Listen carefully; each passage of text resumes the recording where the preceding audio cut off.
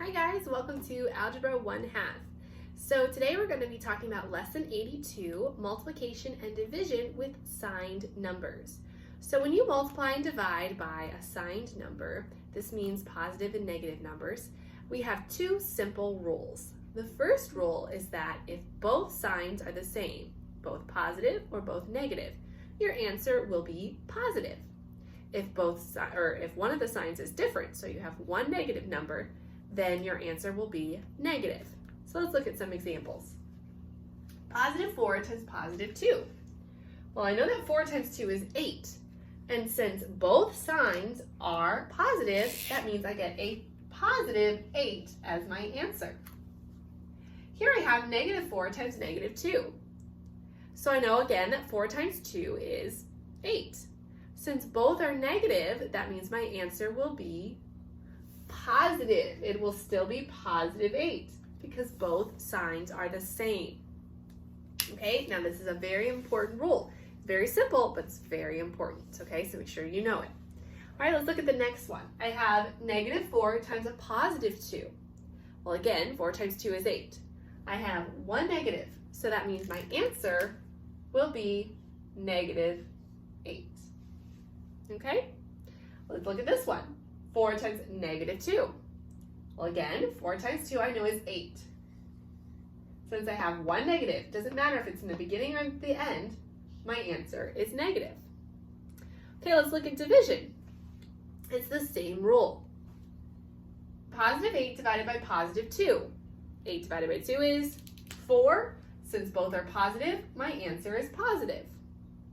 Here I have negative 8 divided by negative 2.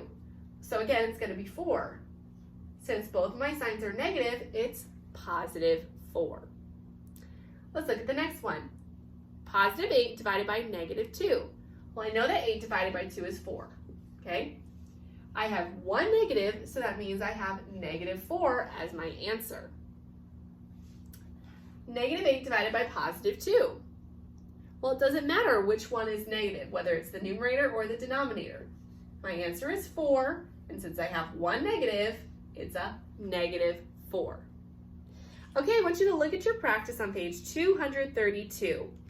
Pause your video now and do your practice. Okay, let's go through them together. Letter A, you have 4 times negative 3. 4 times 3 is 12. Since you have one negative, it's negative 12. Letter B, negative 3 times 4. Well, 3 times 4 is 12. Since you have one negative, your answer is negative 12. Letter C, you have negative 4 times negative 3. 4 times 3 is 12. Since you have two negatives, your answer is positive, so you have a positive 12. Letter D, positive 4 times positive 3. Again, 4 times 3 is 12. Since both are the same, you get positive 12. Okay? Letter E, you have 4 over negative 8. So, positive 4, negative 8. Now this one, you can't actually, you can divide, but you're going to get either a decimal or you can just reduce it. So if you divide and get a decimal, you would get 0.5 and it would have to be negative because your denominator is negative. If you just reduced and got a fraction, you'd get 1/2 and it would stay negative because because you have one negative. So it would be negative 1/2. Letter F, you have negative 14 divided by negative 7. 14 divided by 7 is 2. Since they're both the same, you have a positive 2 as your answer. For letter G, you have negative 14 divided by 7. Since you have one negative, you have a negative answer. So it's 2, negative 2. Okay, then letter H. Again, you have one negative, 14 divided by negative 7. 14 divided by 7 we know is 2. Since you have one negative, negative 2 is your answer.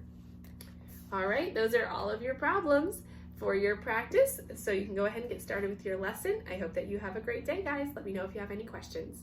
Bye.